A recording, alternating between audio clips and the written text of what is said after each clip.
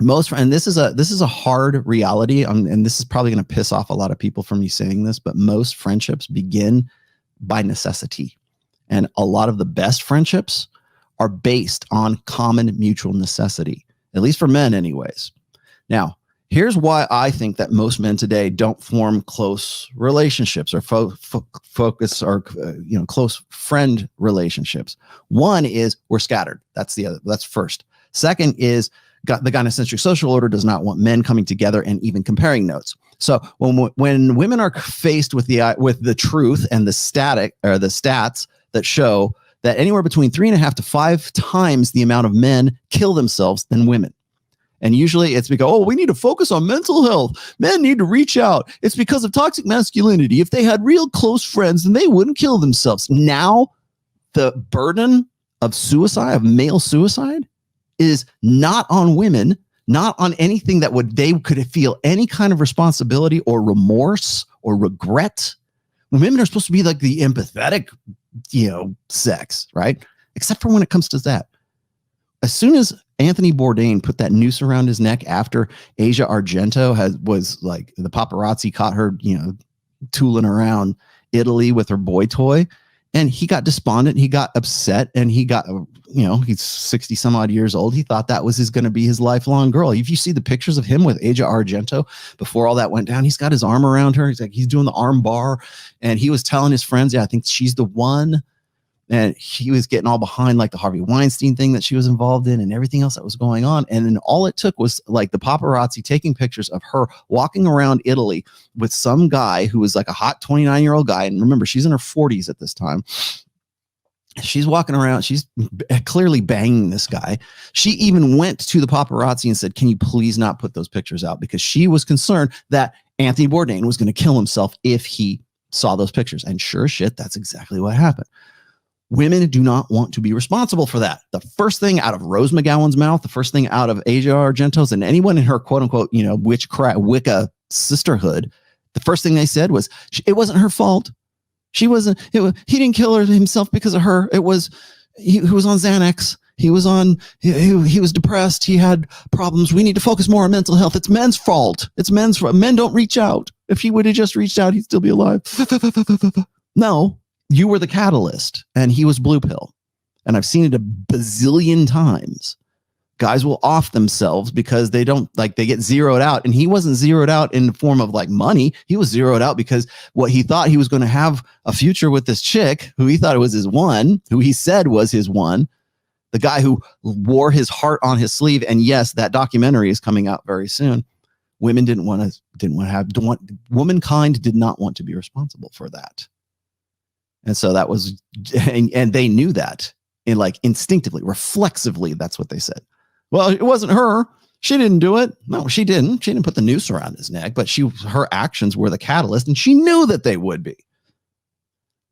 So what that is when women hear like 3.5 to 5 times the amount of men successfully kill themselves between by the way, the demographic for which is 45 to 65 years old, right where Anthony Bourdain was. Now, this isn't a show about him, but what I'm saying is when it comes to like men lacking friendships or men killing themselves, or if there's or men not going to the hospital, or men not getting checkups, men not getting their freaking prostate checked out, or whatever it is, whatever men need to be responsible for that women might feel like they should have some empathy for, they don't want to have empathy for you, particularly if you're a beta male. Particularly if you're somebody who she has absolutely, you can't do anything for her. Why should she care about you? But wait, ladies, 3.5 to 5 times the men kill themselves more often than women. That's like if it was the opposite way, we'd have a special month dedicated to that. We would have like breast cancer awareness month in October. We would have women's suicide prevention month in December, something like that. You would see it would be insane the amount of money we would throw at that. We would have icons turning pink or purple or green or whatever the color happened to be for female suicide prevention month. You would get that. But instead, we don't hear that. The only place you're going to hear this like even talked about is right here, right in the manosphere. Whether either here or somewhere else, you're not going to hear that anywhere else. Sure shit. You ain't even going to hear that on Tim Pool. Temple, come and tell me that you've talked about male suicide. Tell me that you've dedicated a book to the men who kill themselves. My second book was dedicated to that. Tell me you're doing that. No one is doing that. And even the people who should be doing it, they're not doing that. It's not something that's a concern for them, because what they do, and tradcons will do the same thing, by the way, is they'll point the finger back at the guy. Well, you should, responsibility, bootstraps, pick yourself up. You should have been you. If you don't have any close friends, it's your fault for not having close friends. Then we're not going to look at the causation. We're going to look at the correlation. Well, she didn't kill him. No, she didn't. But her actions precipitated that. That was the catalyst for it. But that's, he died from prostate cancer. Well, I guess that's just men. Men don't go and take care of themselves. They don't know enough. And now I'm going to show you a couple other stats here real quick before I push on a little bit. And I will go back and pick up the super chats here in a second. This is the number of close friendships Americans have declined over the past several decades. This is from, I got this from Steve Factor, which I'm going to show you his thread here on Twitter just in a second here. And this is pretty much that same data set, only it's presented a little bit differently. Okay. So this is the total. This isn't separated by gender. This is just people in general. Okay. So people who have 10 or more close friends in 1990, you could have bet it like 33 out of the, and this is what, out of 1,000, I think this was. I don't know how they did the data set here, but you can look that there was far more people had 10 or more. Now in 2021, we're looking at a factor of 20 right here, because that's 33 and this is 13, right? I mean, if people don't look at this kind of stuff, like 3, 12, this is none. People who have no close friends. So what happens is when something bad happens, like a suicide, where a guy gets zeroed out and he has no one to turn to, and trust me, if you don't, I want you to come to me. I want you to talk to somebody in the sphere. I want you to talk to somebody who even will at least very much pretend that they have some sort of, peripheral, surface level concern about you. I don't want, like, the whole reason I do this is so guys don't kill themselves. As you know, my brother-in-law's story, and one of my best friends was a DJ, actually swallowed a bullet because of the same thing, right? Again, it's very similar to Anthony Bourdain. No one to turn to, no one to talk to. You know what they'll say? That's your fault. You should, if you were a better person, you would have more friends. No. No.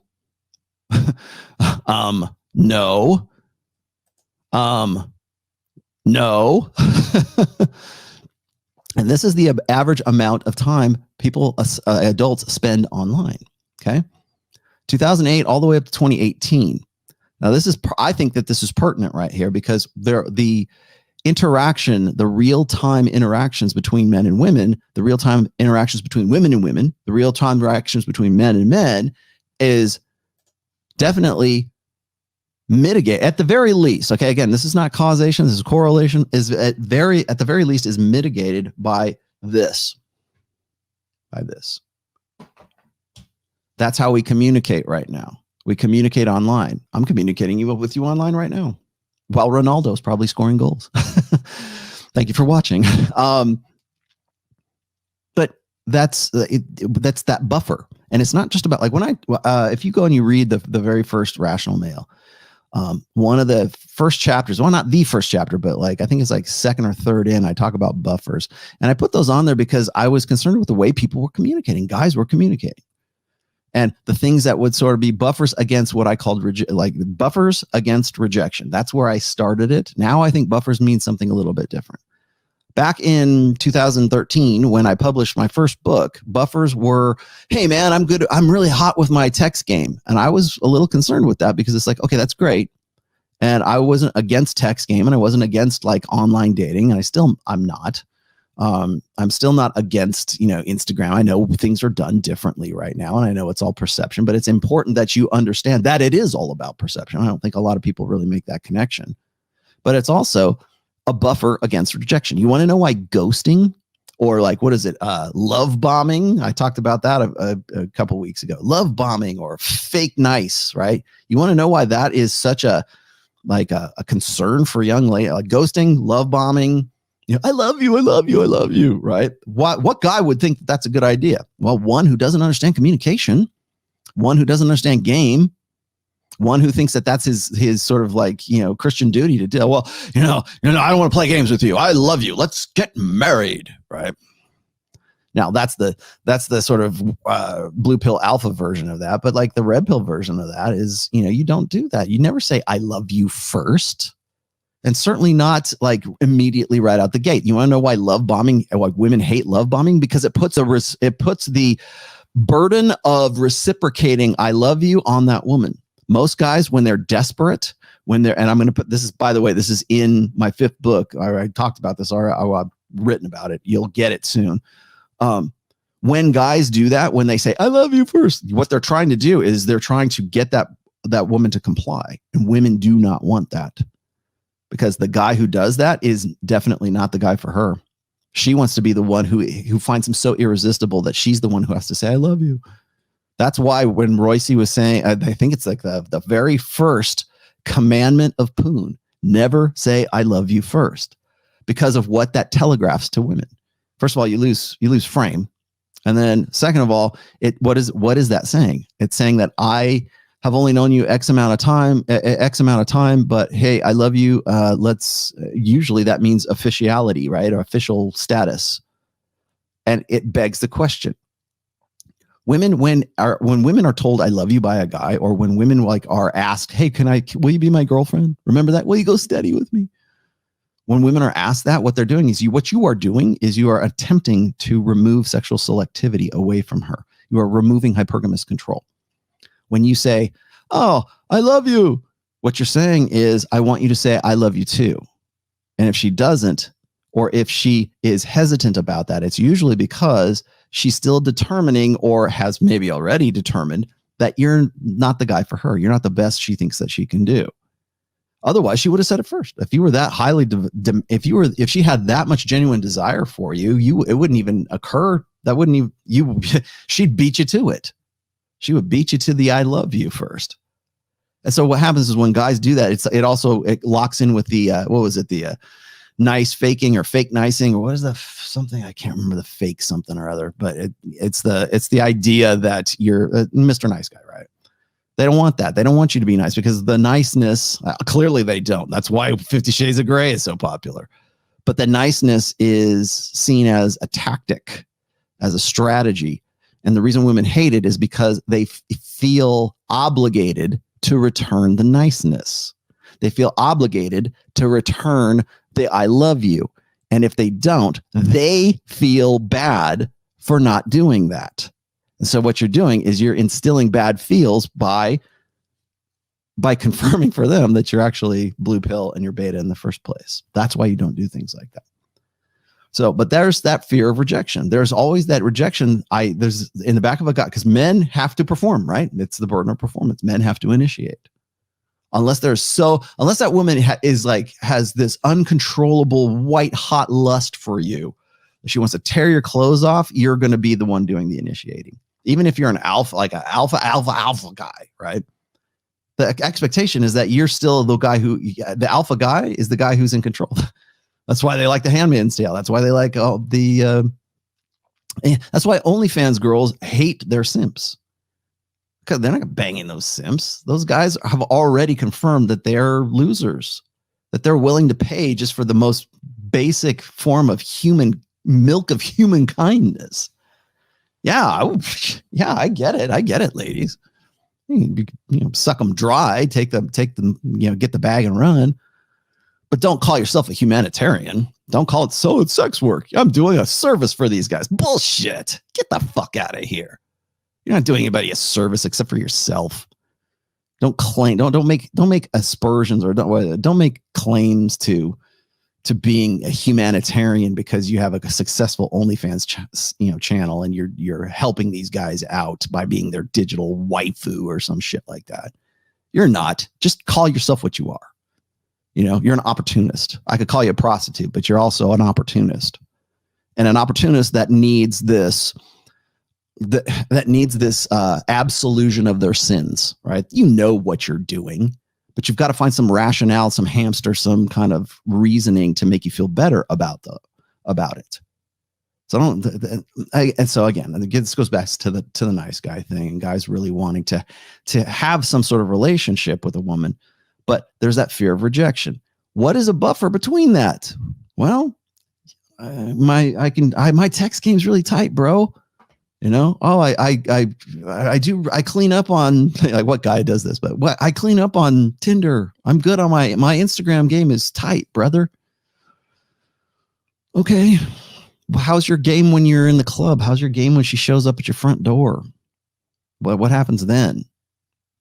It's that personal interaction. When you remove the buffer, then what? You want ghosting is? Ghosting is a buffer. It's a digital buffer, right? Oh, she deleted me. She won't talk to me. She just deleted my name. It's just like she doesn't even know me, Rollo. I'm a loser. Zero me out.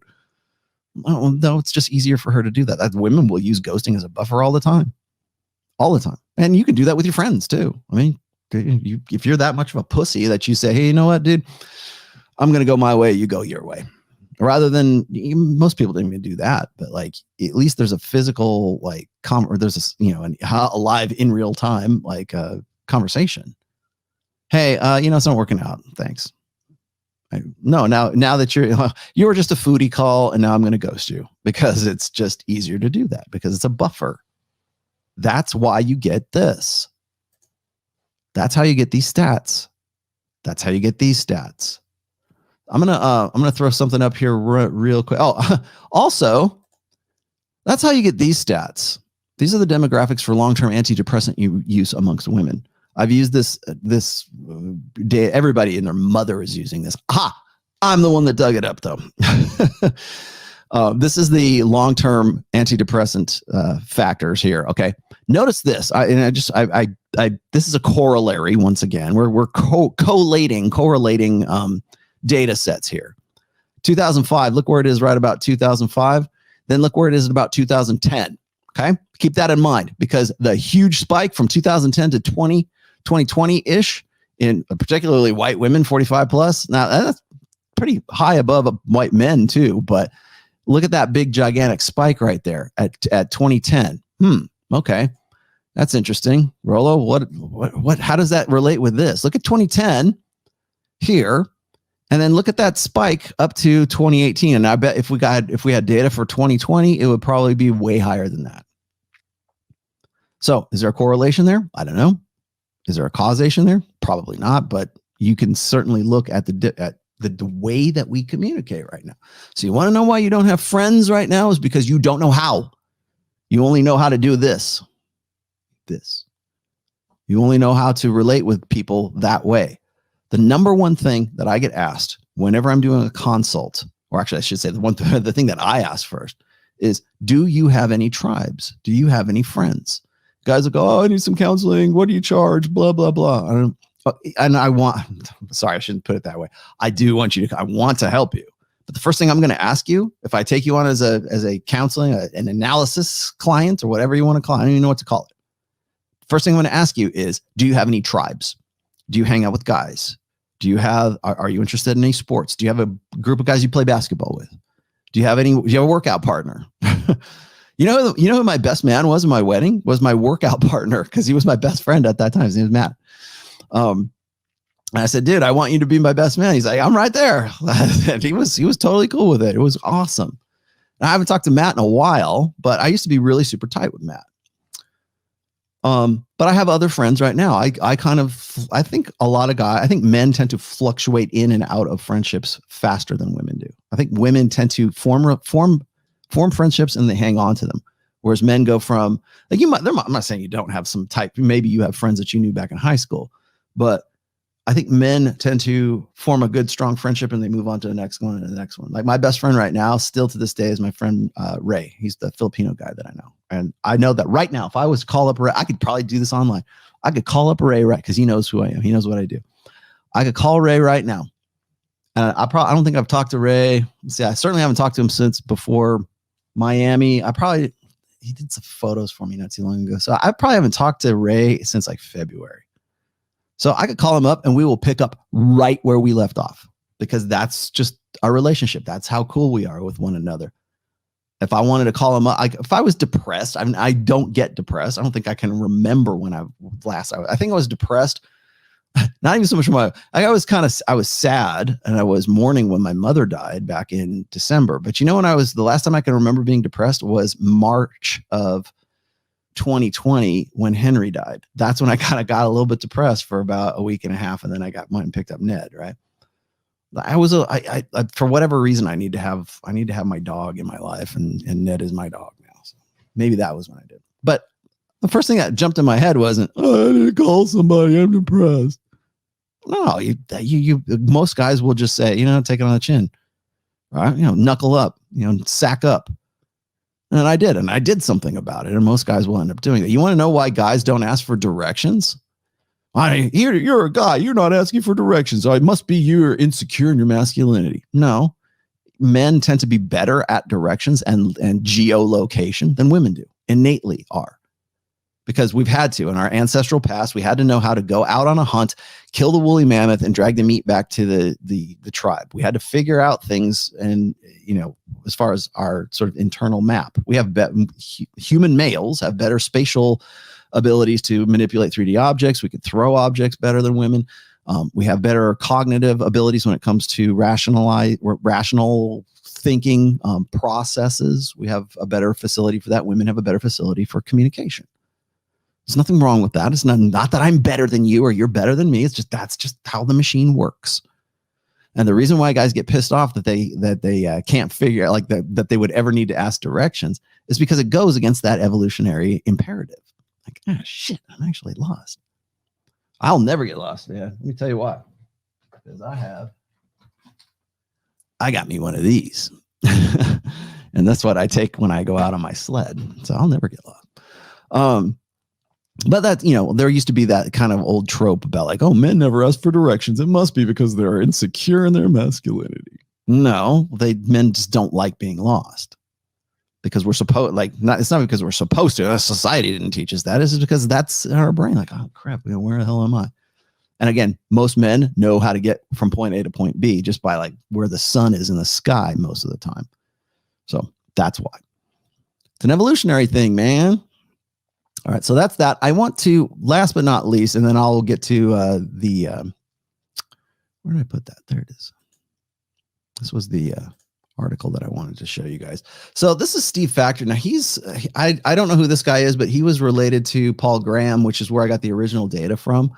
And I wanted to throw Steve's. I just started following Steve as a result of this. Now, these are the things that this is what his rationalizations were, his correlations, I guess. This is what he's kind of drawing a conclusion to. And don't worry, I'm not going to finish up without giving you at least some sort of actionable advice here, okay? So these are his hypotheses. He gave 4 reasons. Actually, he gave more like 6, but here's the first 4. Aging population. So he says, as you age, the friend discovery phase ends. Everything about a person freezes in time, even relationships. Okay. I get what he's saying. I'm not saying he's wrong, because when you get older, you have less occasion, I think, to. Well, let me put me up. Let's go this way. I think you have less occasion, unless you're making friends at the old folks' home or something like that. But I would also say that in this instance, maybe digital communication sort of thwarts that a little bit.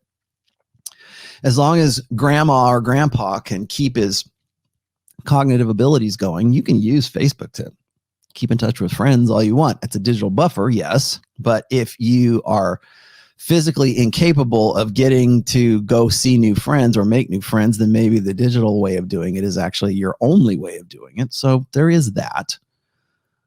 Now, he's thinking that as you age, there's a friend discovery phase ends.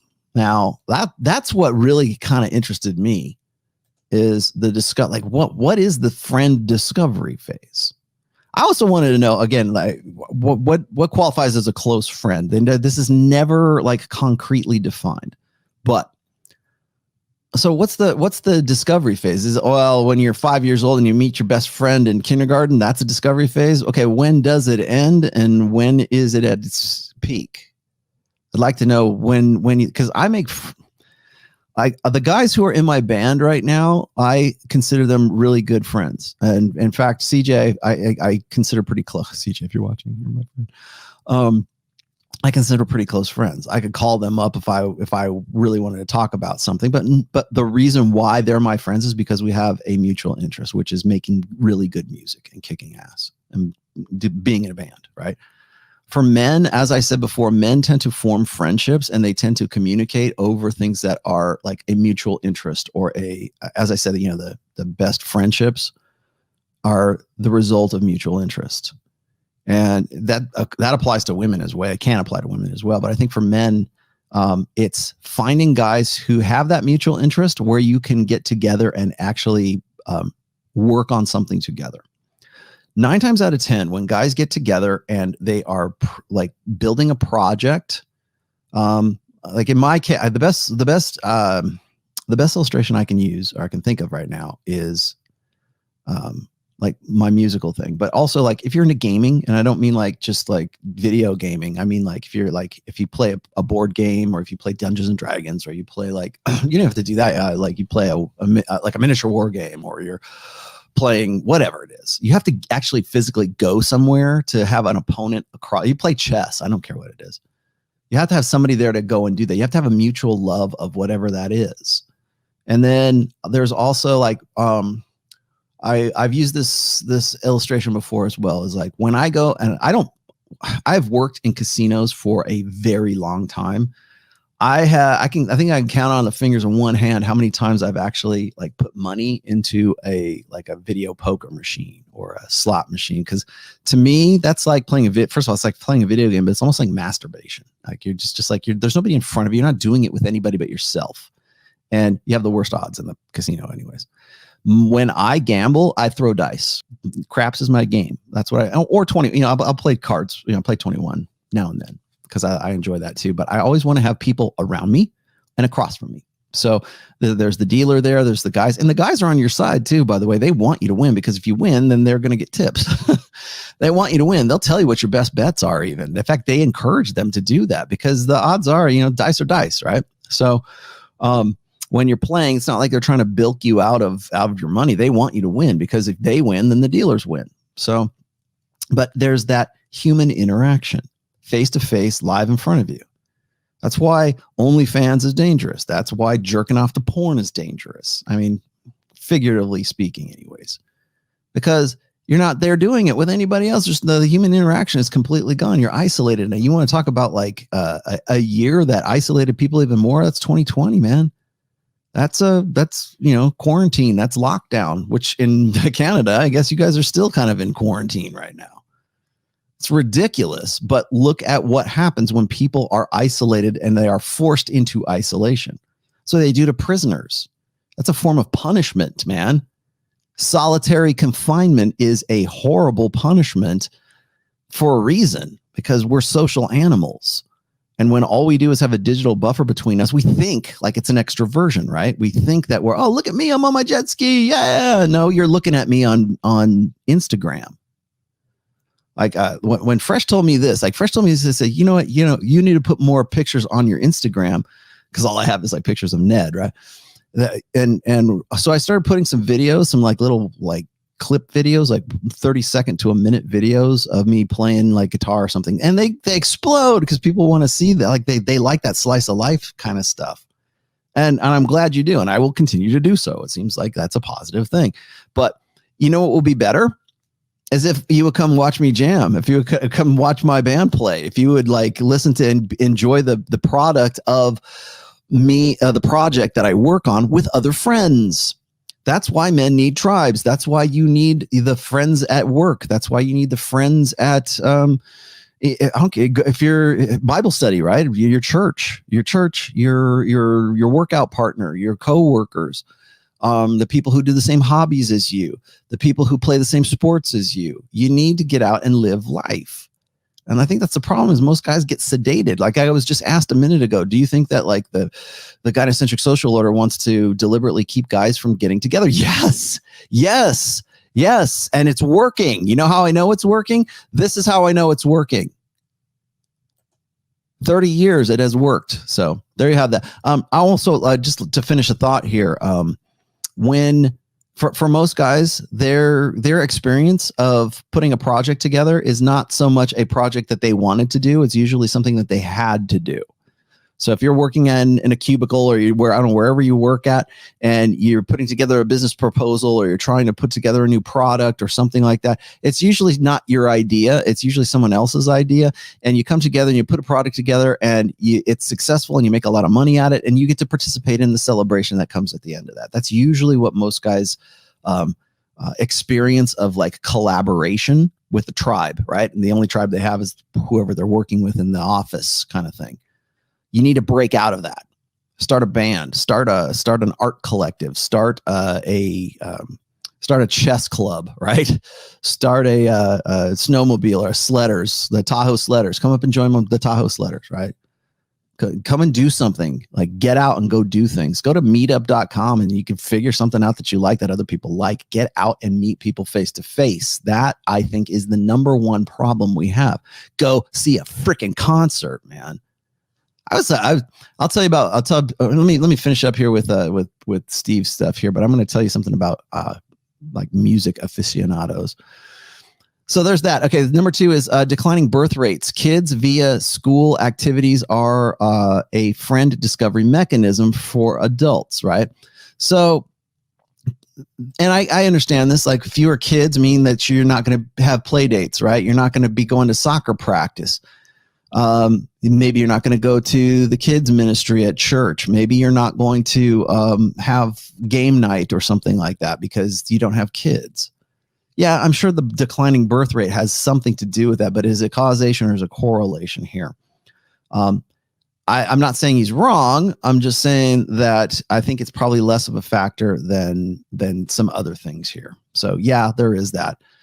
I'll tell you what's funny to me is when I first got into reconditioning greyhounds back in 2010, my wife and I had a couple of other dogs that weren't greyhounds, and we loved them to death. I mean, they were just like pets. One was like a Chowbrador. It was like half Chow and half Lab. And another one was an English Pit Bull. Actually, she was mine. And so they passed on. I mean, they got up to a ripe old age of like 16 or 17. And so at that point we were in Florida, and we're like, hey, let's go to I think we were on vacation. We had no dogs. It was the first time in our life where we had no pets whatsoever. And my daughter at that time was like in her, I don't even think she was a teenager then. And so we're like, hey, let's go to the dog track. Let's go to the Sanford Orlando dog track and go check out them dogs. Cause I think we'd seen something on TV about like adopting greyhounds. So we went down there to see what they are, and we just fell in love with them. And as a result of us wanting to get into greyhounds, we contacted, Gold Coast Greyhounds in Florida. And, my wife ended up becoming, and still is to this day, best friends with the lady who was our greyhound lady. She was our greyhound mama. And she was the one who gave us we adopted through her our first 2 greyhounds. And it turned into a really good relationship for my wife because she was a really great, she was just a really cool person, and they just clicked. And that was, again, mutual interest and a mutual interest that spawned a friendship between those two live in real time. It wasn't over the phone. It wasn't over social media. It was, hey, how are you doing? Hey, I'm so-and-so. I'm so-and-so. And I really like dogs. Me too. I really like dogs too. Blam. Let's do something. And that's when we got into reconditioning. That's when we started learning this stuff. I didn't have any clue what to do when I first started doing that. Now here I am 11 years later, and I'm on dog number 7 and 8 right now. So it's meeting people in real time. So maybe he's got a point right there. Number 3, move to cities. We're crowded but alone. And this is where he kind of pulls this up. And this was something he had already talked about. I'll just read the first paragraph of this. Crowded but alone. No culture exalts individuality, independence, and hero worship like the U.S. That approach has created some revolutionary entrepreneurs and iconic achievements. But these days, even when our heroes collaborate, they produce something more like the Avengers. A collective of self-absorbed assholes who prefer to do their own thing in their own way for their own reasons. Now, imagine more people than ever being able to trade in their we for me, and that's exactly what has happened. Okay. Yes, I do 100% agree with that. I think but that is a feature and not necessarily a bug, because not everyone, here's a little bit of folksy wisdom for you. Not everyone is out to get you, but everybody is out for themselves. Okay. So don't think everybody has your worst interests in mind, because especially if you have mutual interests together, that's great. We have a common enemy. We have a common project. We have a common interest. We're going to be friends. And maybe from that point, we become close friends, right? Great. Awesome. And I'm all for it. But the starting point was, you're the Avengers, right? The starting point was my own individual interests. The starting point was mental point of origin. The starting point was enlightened self-interest. That's not to say that you're a selfish son of a bitch. That means that you can't help others until you can help yourself, or you can't help others as well as when you help yourself first. That doesn't mean you don't help others. That doesn't mean that you are a selfish, self-centered prick, right? It also, I should say, puts you in a better position to be able to discern who is deserving of your own interests, who is deserving, who needs it. I hope you're like Mother Teresa, really. I hope you are a generous human being. Gandhi, right? Great. But nobody is selfless, and nobody is 100% altruistic. I think that's actually a pretty decent observation. And then number 4, he says this, death of a community. Replaced strong bonds of mutual necessity, there it is, with weak virtual bonds of interest. As we branch out to form virtual communities, we find them unwieldy, fleeting, cold, and lonely, because they are held together by weak bonds of interest, not sturdy bonds of necessity. Again, mutual interest, necessity. The best friendships are formed as a result of common need and common necessity. That robs us of our humanity. Okay. I don't know about that part, but he is 100% correct, I think, about the idea of mutual interest and the basis of friendships being a mutual interest. So that's that. Now, why are you friendless? Why are you forever alone? Why is it that you have some sort of social retardation? I mean that clinically. I hate that I have to keep saying that, but I do. What is it that's holding you back? What is it that is, I get this all the time. And it's usually from people who are socially awkward, and there's nothing wrong with being an introvert. There's just that you don't have to be an introvert, right? Well, that's just how I am. It's how God made me. It's just how I was born this way. Well, guess what? You can be an extrovert for half an hour. How's that? Learn how to do that. Learn how to fake it well enough. I'm very much an introverted person when I'm not on here screwing around with you guys. I know that might sound a little weird, but if I was to show you the rest of my studio here, you'd probably go, oh yeah. But I'm sort of an extroverted introvert, I think, if such a thing exists. And I'm not really big on the concept of pigeonholing people as extrovert or introvert. As I said, I think that the idea of extrovert and introvert is something that is pushed out as like extroverts are great guys. Well, they can be assholes too. Introverts, man, we're cerebral, we're intellectuals, we're smart. Yeah, you're smart in some ways and you're really dumb in other ways, right? That's just the way we are. There's nothing wrong with either one of those things. It's just that that's how we approach life. That's how we hit things. Oh, extroverts are going to get laid. Well, I've seen some introverts get laid too. It's just they do it, they're the artsy fartsy tortured artists, game works real well for those guys. So the real question is this, though: do you have a tribe, and do you interrelate with men? And I hate that. I just said that, how do you interrelate with men? Does that sound like I'm saying, oh, hey, you guys need to be gay? If I say men should relate with other men, notice that there's always, and even if you know what I'm talking, even if I'm being as antiseptic and as clinical as I possibly can be, if I say men need to get together and talk, or men need to get together and exchange ideas. If I say men need to get together, well, that sounds kind of gay. And that's by design, by the way.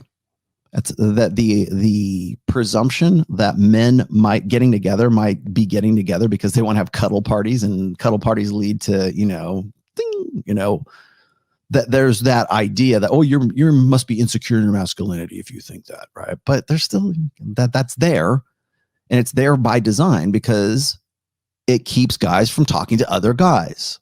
I don't want to be French and gay. I don't want to talk to guys because that's a little on the was it Dimebag Daryl would have called it pushing maximum gayidity. If you write in the key of F, you're pushing maximum gayidity, in a Texas accent too, by the way. But I think that there's an operative a latent purpose to that. I don't mean latent gay. I mean like latent as in the purpose of it is to keep men separate. Oh, what do these guys need to go to a men's convention for? What are these guys? Why do they need to read a book? You should know how to do that already. I already know how to do that already. I just get it, right? Only weirdos and freaks would have a problem with talking to other guys. Then why would they need to learn about how to get girls? Why? Because if you knew how to get girls, then you would just get it. Just be like me, smile. Sooner or later, the right one will come along, right? What was I saying about Mike Rashid or Blue Pill Alphas are like the worst people to take advice from? Well, that's part of it. The other part is this: is like learning, like admitting that you need to learn how to be social intelligence, right? Learning to socialize and socialize with other men. That's almost like admitting that you have like a disability, like you've lost a limb or something. I need to learn how to talk to guys. Whoa, And so you kind of have that. What am I talking? Like there's a kind of like reservation, a hesitation, and that sucks because how else do you learn it? There shouldn't be anything shameful about learning how to like socialize. Like when John from Modern Life Dating was doing body language mastery, and I'm looking at all these guys learning how to like hold a girl's hand and to walk and talk and all this other stuff, and it's like, I can imagine, like, because I did the same thing. I can imagine like just normal people, normies, like seeing this, going, who doesn't know this shit? But they don't, and they do need that. And you have to kind of push past this idea that, well, they're weird, so just leave them alone and go on with the rest of your life. Well, it's not so much about, well, I can make a lot of money off these guys. That's what everybody in the black pill thinks that's what I'm motivated by. No, what I'm motivated by is like people not putting a noose around their neck. That's what I'm motivated by primarily. It's not that I don't want to be paid for what it is that I do. I do. But the reason I do what I do is so you don't end up like my brother-in-law or my friend who swallowed a bullet. I don't want, or Anthony Bourdain, right? I don't want you to end up that way. That sucks. Existence is infinitely preferable to non-existence. End of story. Let's talk about something else. So most guys don't have friends. Most guys don't have close friends. Or they think they have friends. Like, oh, does an online friend count as a close friend? There's some people that I talk to. Shit, I talk to John. If you're watching, you know damn well what I'm about to say. I talk to him at least every other day, but I don't talk to him unless he calls me. But we interact. I interact with Ryan every day. I interact with Rich every day. I interact with Sterling Cooper probably every other day. There's people that I can expect that I'm going to talk to. And yes, Kevin Savo, I will talk to you today too. So, Sam Bada, who's in the chat, I consider him a very good, very close friend, another guy that I have met live in person. And I did my best, and I still do my best to help him out because I know what happened to him. I know about his hit and run. And I'm glad he sings my praises, but that's not why I did it. I did it because it's the right thing to do.